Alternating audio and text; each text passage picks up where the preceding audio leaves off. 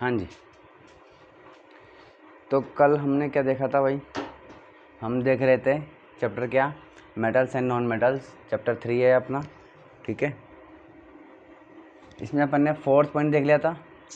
इसमें अपन ने मेटल की रिएक्शन देखी किसके साथ, मेटल सॉल्ट के साथ। इसके अलावा अपन ने रिएक्शन देख ली थी मेटल और नॉन मेटल की, देख रहे थे मतलब इंट्रोडक्शन देखा था इसका। इसमें अपन ने देख लिया था कि मेटल क्या होते हैं। जो इलेक्ट्रॉन डोनेट करते हैं उसे अपन क्या कहते हैं, मेटल कहते हैं। जो इलेक्ट्रॉन लेते हैं या फिर शेयर करते हैं उसे क्या कहते हैं, नॉन मेटल कहते हैं, ठीक है ना। तो अब इसमें फिर अपन देखा था कि इलेक्ट्रॉनिक कॉन्फ़िगरेशन क्या होता है। इसमें अपन ने देखा था, है ना, एटम होता है, बीच में क्या होता है, न्यूक्लियस होता है, उसमें प्रोटॉन होते हैं, आसपास इलेक्ट्रॉन होते हैं, ठीक है ना। तो इलेक्ट्रॉन का बाहर निकल जाना या फिर अंदर आ जाना, ठीक है ना, उसकी वजह से क्या आ जाते हैं, चार्जेज आ जाते हैं।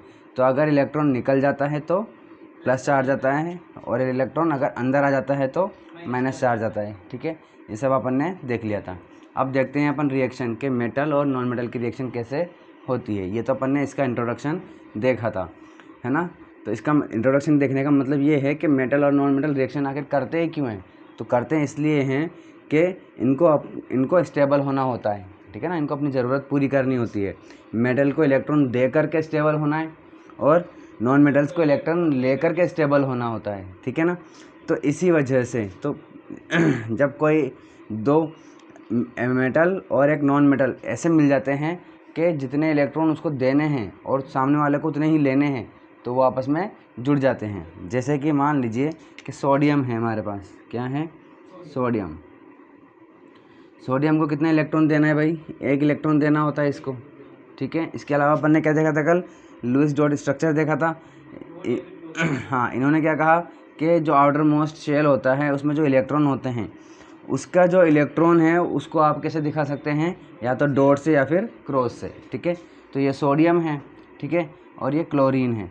क्लोरीन के आउटर मोस्ट शेल में इलेक्ट्रॉन होते हैं 7, कितने होते हैं, 7, ठीक है। ये 7 इलेक्ट्रॉन हो गए, ठीक है।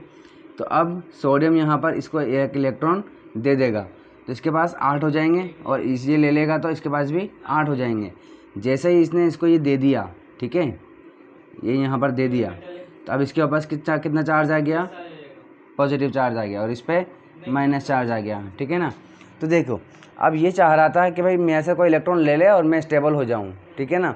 और ये कह रहा था कि मैं इलेक्ट्रॉन ले लूँ और मैं भी स्टेबल हो जाऊँ। तो हाँ ठीक है भाई, इसने इलेक्ट्रॉन दे दिया और इसने इलेक्ट्रॉन ले लिया। लेकिन उनके साथ इनको एक चीज़ पता नहीं थी, कई सारे काम ऐसे होते हैं जो हम करते हैं, कुछ सोच के करते हैं, लेकिन उसमें और भी कुछ मतलब बहुत सारी चीज़ें ऐसी होती है जो हमें पता नहीं होती है, जिसका रिजल्ट और भी कुछ निकल जाता है। जैसे इसको लग रहा था कि मुझे तो बस इलेक्ट्रॉन देना है, दे के मैं स्टेबल हो जाऊंगा। इसको लग रहा था कि मैं इलेक्ट्रॉन ले लूँगा, मैं स्टेबल हो जाऊंगा। लेकिन इनको ये नहीं पता था कि जैसे ही इलेक्ट्रॉन देगा इसके ऊपर क्या चार्ज आ जाएगा, पॉजिटिव। ये इलेक्ट्रॉन लेते इस पर चार्ज क्या जाएगा, नेगेटिव। इसको पता नहीं था, और जैसे ही इस पर पॉजिटिव और नेगेटिव आया, अब पॉजिटिव नेगेटिव के बीच में क्या होता है, अट्रैक्शन होता है। तो अट्रैक्शन की वजह से ये क्या हो जाते हैं, जुड़ जाते हैं।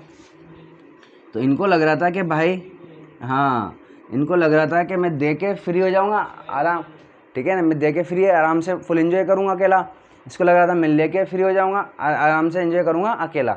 लेकिन उन्होंने कहा कि भाई अगर तुम देते और लेते हो तो तुम अकेले एंजॉय नहीं कर सकते, फिर से तुम्हें क्या करना पड़ेगा, साथ में ही रहना पड़ेगा, ठीक है ना। चलिए, तो ये कंडीशन है यहाँ पर, ठीक है। चलिए तो चलिए देखते हैं इसमें अब अपन कैसे क्या करते हैं। हाँ जी भाई, तो देखिए when ever metals react with non metal, यानी कि जब कभी भी मेटल रिएक्ट करते हैं किसके साथ, नॉन मेटल के साथ, तो ट्रांसफ़र होता है किसका, इलेक्ट्रॉन्स का। ऑफ आ रहा है तो उल्टा बोलते हैं इलेक्ट्रॉन का ट्रांसफ़र होना। कहाँ से कहाँ होता है, from metal to non metal होता है, ठीक है ना। And a bond is formed, यानी कि जब भी इलेक्ट्रॉन का ट्रांसफ़र मेटल से नॉन मेटल की तरफ होता है तो एक बॉन्ड बन जाता है, किसके बीच में भाई, मेटल एंड नॉन मेटल के बीच में, ठीक है ना, बिटवीन देम लिखा हुआ है ना, तो मेटल और नॉन मेटल के बीच में एक बॉन्ड बन जाता है, जिसे हम क्या कहते हैं, आयनिक बॉन्ड कहते हैं। क्या बोलते हैं, आयनिक बॉन्ड। ठीक है, तो मेटल और नॉन मेटल जिसकी वजह से वो जुड़े होते हैं उसे हम कहते हैं आयनिक बॉन्ड। बात समझ में आई कि नहीं आई, है ना। अब देखो एग्जाम्पल देखिए, ये वाला भी अभी हमने देखा था, सोडियम के पास 281 है ना, इलेक्ट्रॉनिक कॉन्फ़िगरेशन है। आउटर मोस्ट शेल में कितने इलेक्ट्रॉन है, 1 इलेक्ट्रॉन है। ठीक है, तो ये 1 इलेक्ट्रॉन है। ये क्लोरीन है, क्लोरीन के आउटर मोस्ट शेल में कितने इलेक्ट्रॉन, 7 है। इसको ऐड करने हैं, इसको भी ऐड करने हैं, तो ये एक दे देगा। जैसे ही दिया तो इसके ऊपर प्लस चार्ज, इसके ऊपर माइनस चार्ज आ गया, और इनके बीच में एक अट्रैक्शन फोर्स, ये जो अपन लाइन दिखा रहे ना, है ना, ये अट्रैक्शन फोर्स को दिखा रही है। ठीक है ना, बाकी ऐसा कुछ होता नहीं है, ऐसा लाइन वाइन कुछ भी नहीं होती। जैसे कि मान लो 2 लोगों के बीच में शादी हुई है, तब उनके बीच में बॉन्ड है एक, ठीक है ना, तो वो बॉन्ड दिखता है क्या कि वो एक धागे से बंधे हुए हैं, बॉन्ड नहीं दिखता है। ठीक है ना, लेकिन उनके बीच में एक बॉन्ड है। ठीक है, चलिए, तो उसी तरीके से तो इनके बीच में अट्रैक्शन बॉन्ड को दिखाने के लिए, अट्रैक्शन फोर्स को दिखाने के लिए हमने ये लाइन बनाई है। अब ये जुड़ जाएंगे और क्या बन जाएगा, NaCl। ठीक है, उसी तरीके से कैल्शियम का एग्जांपल देख लेते हैं। कैल्शियम के आउटर मोस्ट शेल में कितने होते हैं भाई, 2 इलेक्ट्रॉन होते हैं। ये 2 इलेक्ट्रॉन मैंने यहाँ पर बनाए हुए हैं। ठीक है, ये और ये ऑक्सीजन है, ऑक्सीजन के आउटर मोस्ट शेल में कितने इलेक्ट्रॉन, 6 इलेक्ट्रॉन होते हैं। ठीक है, ये 2 और ये 2, 6 हो गए। तो इसको 2 इलेक्ट्रॉन चाहिए और इसको 2 इलेक्ट्रॉन देने हैं। ठीक है ना, तो ये 2 इलेक्ट्रॉन इसको दे देगा। जैसे ही 2 इलेक्ट्रॉन देगा, इसके आउटर मोस्ट शेल में कितने रह जाएंगे, 8, और इसके भी कितने हो जाएंगे, 8 हो जाएंगे। इस पर चार्ज कितना आ जाएगा, +2, क्योंकि 2 इलेक्ट्रॉन दे दिए तो +2, देने की वजह से प्लस, 2 दिए हैं तो 2, +2। इसने 2 इलेक्ट्रॉन लिए हैं तो लिए हैं तो माइनस, और 2 दिए हैं तो 2 लिए हैं तो 2, तो +2 और -2, तो क्या बन जाएगा, CaO। ठीक है, चलिए इसी तरीके से सोडियम ऑक्साइड बनाना है। देखो अब तक अपन ने यहाँ पर देखा था रबड़े बना दी जोड़ी जैसा सिस्टम देखा है। कैसे कि जितने लेने हैं उतने ही देने हैं। इसको 1 देना था, इसको 1 लेना था, इसको 2 देने थे, इसको 2 लेने थे। लेकिन हमेशा ऐसा थोड़ी होता है कि किसी को जितने देने हैं सामने वाले को उतना ही लेना हो। भाई आपको भंडारा करना है, आपको खाना खिलाना है, आपके पास तो बहुत सारा खाना है, और आप कहो कि नहीं मैं तो एक इंसान को खिलाऊंगा, ले भाई तू ही खा सारा खाना अब। ठीक है, तो पॉसिबल है क्या, नहीं है। ठीक है ना, उसी तरीके से तो हमेशा ऐसा नहीं हो सकता कि 2 मेटल नॉन मेटल ऐसे मिले कि जिसको जितने देने हैं उसको उतने ही लेने हों, ऐसा नहीं हो सकता। ठीक है ना, तो क्या होता है कि भाई अगर एक से काम नहीं चल रहा तो उसके एक साथ 2 के साथ बॉन्ड बना लो, अगर 2 के साथ बॉन्ड नहीं बन रहा है तो 3 बना लो, ऐसे। तो यहाँ पर देखिए हमको बनाना है सोडियम ऑक्साइड। क्या बनाना है, सोडियम ऑक्साइड। अब सोडियम को तो सिर्फ कितने इलेक्ट्रॉन देने होते हैं, 1 इलेक्ट्रॉन देने होते हैं। ऑक्सीजन को कितने चाहिए, 2 इलेक्ट्रॉन चाहिए। ठीक है ना, इसके आउटर मोस्ट शेल में 6 इलेक्ट्रॉन होते हैं। अब इसको तो सिर्फ 1 ही देना है, इसको 2 लेने हैं, तो भैया तो काम तो बनेगा नहीं। इसका तो बन जाएगा लेकिन इसका नहीं बनेगा, तो ये लेगा भी नहीं। भाई तेरे लेने से भी मेरा क्या फ़ायदा हो रहा है, तेरा तो हो रहा है लेकिन मेरा तो कुछ फ़ायदा ही नहीं हो रहा। तो फिर क्या करता है ये, एक और सोडियम से क्या करता है, इलेक्ट्रॉन लेता है। ठीक है ना, कि भाई तू अकेला ही है तो 2 आ जाओ तुम दोनों, है ना, तो तुम दोनों 1-1 मुझे दे देना। तो इसने भी 1 दे दिया, इसने भी 1 इलेक्ट्रॉन दे दिया। ठीक है, तो इसका भी काम हो गया, इन दोनों का भी काम हो गया। तो 2 सोडियम है, दोनों पे प्लस चार्ज आ गया, और 1 ऑक्सीजन है, इस पर -2 आ गया, तो जुड़ गए, क्या बन गया, Na2O। ऑक्सीजन तो नॉन मेटल है ना, गैस है ना। अभी यहाँ पर मेरे सामने ऑक्सीजन है, मैं इसको अगर बजाऊँ आवाज़ आ रही है क्या, नहीं आ रही ना, या मैं करंट पास करूँ तो आ रही है क्या, करंट पास कर दूँ, है ना। तो ऑक्सीजन क्या है, एक नॉन मेटल है, नाइट्रोजन भी नॉन मेटल है। ठीक है, चलिए, तो ये बात समझ में आ गई आपके। इस तरीके से अपन का ये वाला कंप्लीट हो गया। लेकिन यहाँ से एक नया टॉपिक छिड़ गया। ठीक है ना, क्या छिड़ गया भाई, आयनिक बॉन्ड। ठीक है, आयनिक बॉन्ड। क्या इस दुनिया में 2 लोगों को या 2 एलिमेंट को जोड़ने के लिए क्या सिर्फ और सिर्फ एक ही बॉन्ड है क्या, आयनिक बॉन्ड? और भी बहुत सारे बॉन्ड हैं जो आप बड़ी क्लास में सीखोगे, है ना। मेटेलिक बॉन्ड है, है ना, कोवेलेंट बॉन्ड है, कोवेलेंट बॉन्ड तो अपन फोर्थ चैप्टर में सीख लेंगे, ठीक है ना। आयनिक बॉन्ड, लेकिन जितने भी बॉन्ड हैं उन सब में सबसे स्ट्रॉन्ग बॉन्ड कौन सा है, आयनिक बॉन्ड है, ठीक है ना। ये पूरी दुनिया का सेकंड नंबर पे आने वाला स्ट्रॉन्ग बॉन्ड है। फर्स्ट नंबर पे आता है न्यूक्लियर बॉन्ड, ठीक है ना, वो खतरनाक होता है। तो हाँ, ठीक है ना। तो आयनिक बॉन्ड सबसे स्ट्रॉन्ग होता है। अब इसके अपन आयनिक बॉन्ड के अपन क्या क्या फीचर्स हैं, क्या क्या स्पेसिफिक हैं, है ना, उसके अपन वो पढ़ेंगे। चलिए,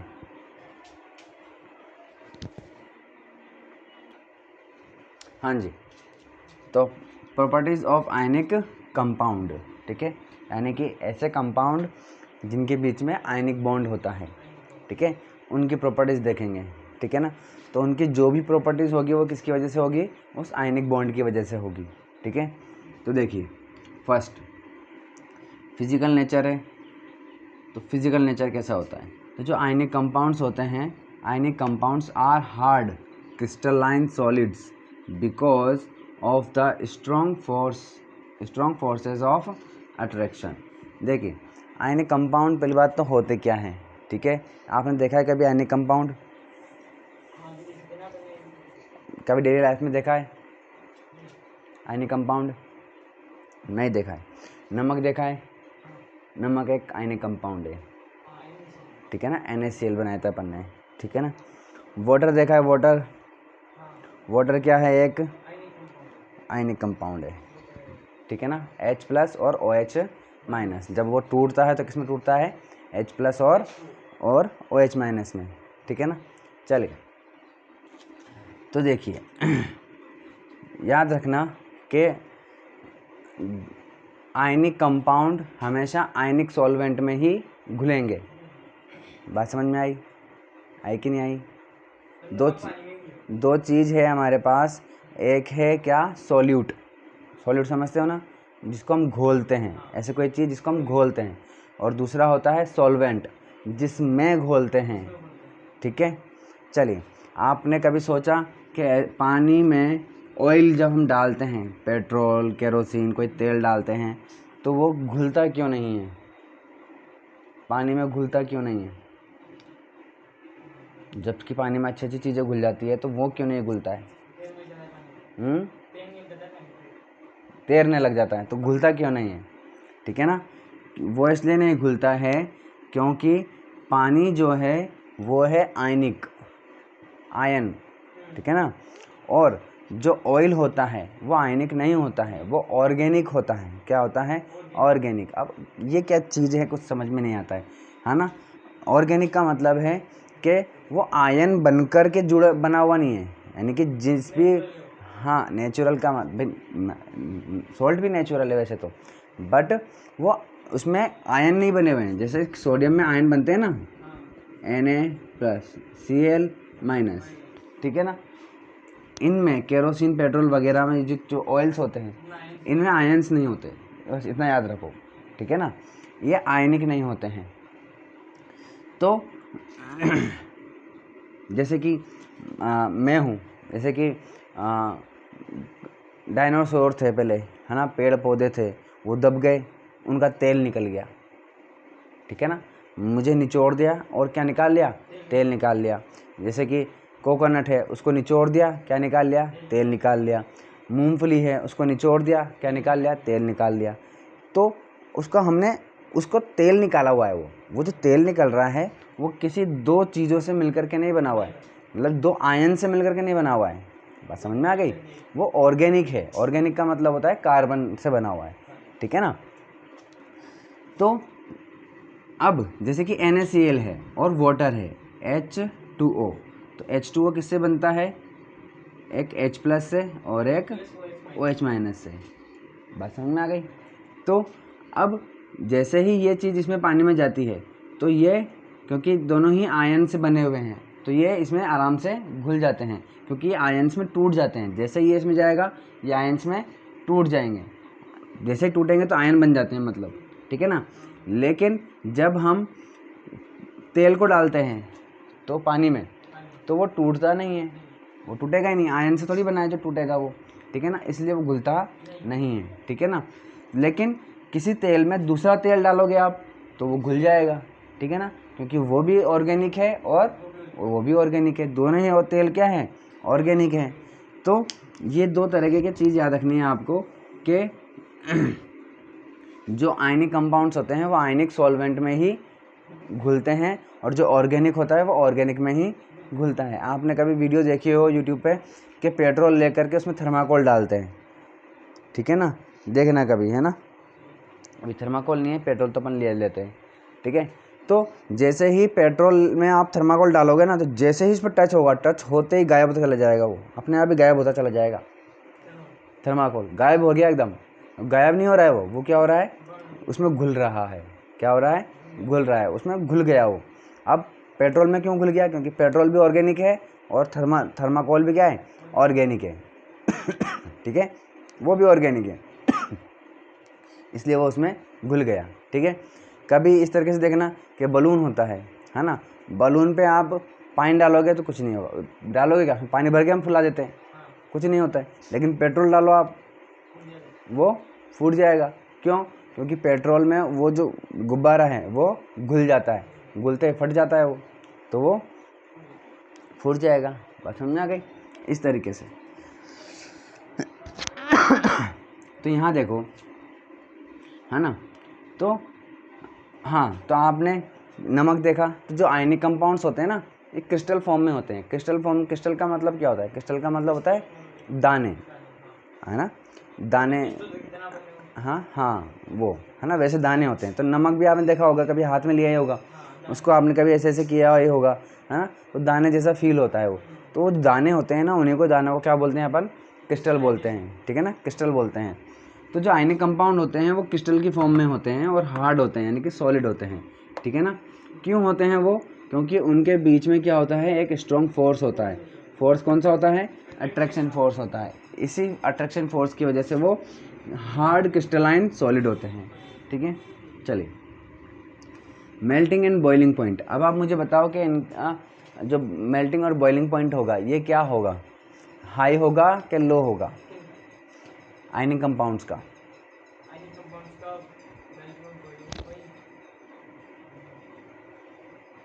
हाई होगा।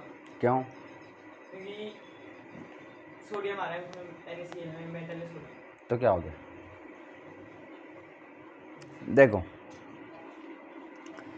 मेल्टिंग और बॉइलिंग पॉइंट का मतलब क्या होता है। मेल्टिंग का मतलब होता है भाई, अभी आइस है, सॉलिड है, ठीक है, तो आपने उसको पिघलाया, ठीक है, तो सॉलिड में जो एटम्स होते हैं वो पास पास होते हैं या लिक्विड में पास पास होते हैं। लिक्विड में जो एटम्स होते हैं वो ज़्यादा पास पास होते हैं सॉलिड के कंपैरिजन में। सोडियम में पास, सोडियम में नहीं, सॉलिड में, तभी तो वो सॉलिड रहता है, ठीक है ना। तो इसका मतलब है, मेल्टिंग का मतलब ये है कि अगर हम किसी को पिघला रहे हैं, इसका मतलब हम उसके पार्टिकल्स को क्या कर रहे हैं, दूर दूर कर रहे हैं, ठीक है।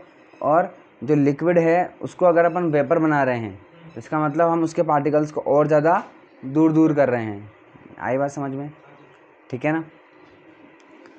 तो अब किसी भी पार्टिकल्स को दूर दूर करने के लिए, ठीक है, अगर उनके बीच में फोर्स, जो अट्रैक्शन फोर्स जो है वो अगर वीक है, अट्रैक्शन फोर्स कमजोर है, ठीक है, वीक है, तो आप आसानी से उनको दूर दूर कर सकते हो, उनके बीच का फोर्स का अट्रैक्शन फोर्स को तोड़ सकते हो, आराम से तोड़ सकते हो अगर वीक है तो।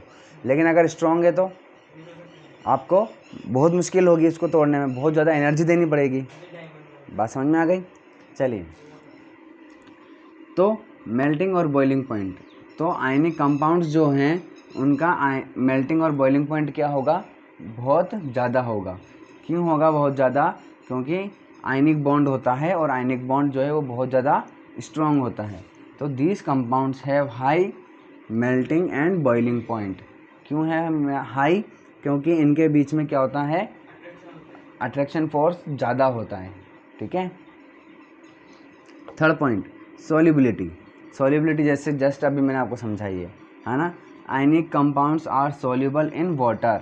जो आयनिक कंपाउंड होते हैं वो सिर्फ पानी में ही घुलते हैं, क्योंकि पानी भी क्या है, आयनिक है।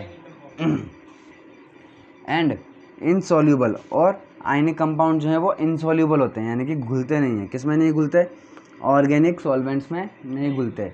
ऑर्गेनिक सॉल्वेंट का मतलब क्या है, जैसे कि केरोसिन, पेट्रोल, एल्कोहल। एल्कोहल, ठीक है ना। अब एल्कोहल, अब कई बच्चे ऐसे होते हैं जो एल्कोहल, शराब की जो बोतल होती है उसमें शराब लेकर के उसमें क्या करते हैं, नमक डाल देते हैं और घोल के दिखा देते हैं, देखो सर घुल गया ये तो। आपने तो कहा था कि अल्कोहल में नहीं घुलता है। वो प्योर अल्कोहल नहीं। Very good. वो प्योर एल्कोहल नहीं होता, उसमें पानी मिला होता है, ठीक है ना। प्योर एल्कोहल में नहीं घुलेगा। चलिए फोर्थ देखिए, कंडक्शन ऑफ इलेक्ट्रिसिटी। अब आपने कभी ऐसा सोचा कि नमक का जो डब्बा है, ठीक है, उसमें आपने तार डाल दिया, ठीक है, करंट फ्लो करवा दिया, तो करंट लग जाएगा क्या? मतलब अगर मैं यहाँ से लेके वहाँ तक आपके पास तक, ठीक है, नमक फैला दूँ, नमक का ढेर लगा दूँ, नहीं लगेगा, नमक पे न्यूट्रल होगा। अब मैं नमक में मैंने क्या करा, यहाँ से करंट डाल दिया, तो आपको करंट लग जाएगा क्या? नहीं लगेगा, ठीक है। लेकिन वही नमक को मैंने पानी में डाल दिया, फिर लग जाएगा। क्यों भाई, ऐसा क्यों हो रहा है? क्योंकि नमक भी न्यूट्रल है और पानी भी न्यूट्रल है। शाबाश, दोनों बैलेंस करके। वेरी गुड, ठीक है। तो देखिए भाई, अभी NaCl है, क्या है ये? NaCl। इसको अपन ने किस में डाल दिया? पानी में, ठीक है। जैसे ही पानी में डालेंगे ये भी अपने आयन्स में टूट जाएगा, Na+ और Cl- आयन्स में टूट गया, और ये भी आयन्स में टूट जाएगा, H+ और OH-। अब नमक का जो पानी है, जिसे हम ब्राइन सॉल्यूशन भी कहते हैं, उसमें आयन ही आयन भर गए पूरा। सब क्या हो गए? आयन्स। आयन्स यानी कि चार्जेस, ठीक है। और हमें पता है कि इलेक्ट्रिसिटी क्यों फ्लो होती है? आयन्स की वजह से, चार्जेस की वजह से ही फ्लो होती है, ठीक है। चलिए, तो अगर हम, तो इसका मतलब ये है कि आयनिक कंपाउंड अगर सॉलिड फॉर्म में हैं तो वो इलेक्ट्रिसिटी को फ्लो नहीं करेंगे, क्योंकि सॉलिड फॉर्म में तो वो, उन पे कोई चार्जेस नहीं होता है, ठीक है। वो जुड़े हुए होते हैं, न्यूट्रल होते हैं वो, ठीक है। और अगर उनको हम क्या कर दें, पानी में घोल दें, या फिर पानी में ना घोल करके क्या कर दें, पिघला दें उसको, है ना। हालांकि पिघलाना बहुत मुश्किल है, जैसे कि हमने यहाँ देखा कि उसका मेल्टिंग पॉइंट क्या है, बहुत ज़्यादा है, तो हम उसे पिघला नहीं सकते हैं, ईजीली नहीं पिघला सकते हैं। तो इलेक्ट्रिसिटी सिर्फ तभी फ्लो होगी या तभी कंडक्ट होगी जब या तो वो पानी में घुले हुए होंगे, एक्वस फॉर्म में होंगे, या फिर वो पिघले हुए होंगे, ठीक है। तो ionic compounds are good conductors of electricity, but they conduct electricity either in molten form or in there aqueous solution, ठीक है। तो पिघला हुआ, ठीक है ना। मोल्टन का मतलब क्या होता है? पिघला हुआ। तो ये इलेक्ट्रिसिटी फ्लो तो करेंगे, लेकिन ये तभी करेंगे जब ये या तो एक्वस फॉर्म में हो, यानी कि पानी में घुले हुए हों, या फिर पिघले हुए हों, ठीक है। तो इस तरीके से अपन ने प्रॉपर्टीज़ ऑफ आयनिक कंपाउंड देख ली है, ठीक है। चलिए, इसके बाद अपन पढ़ेंगे मेटलर्जी, जो कि एक अलग टॉपिक है, ठीक है।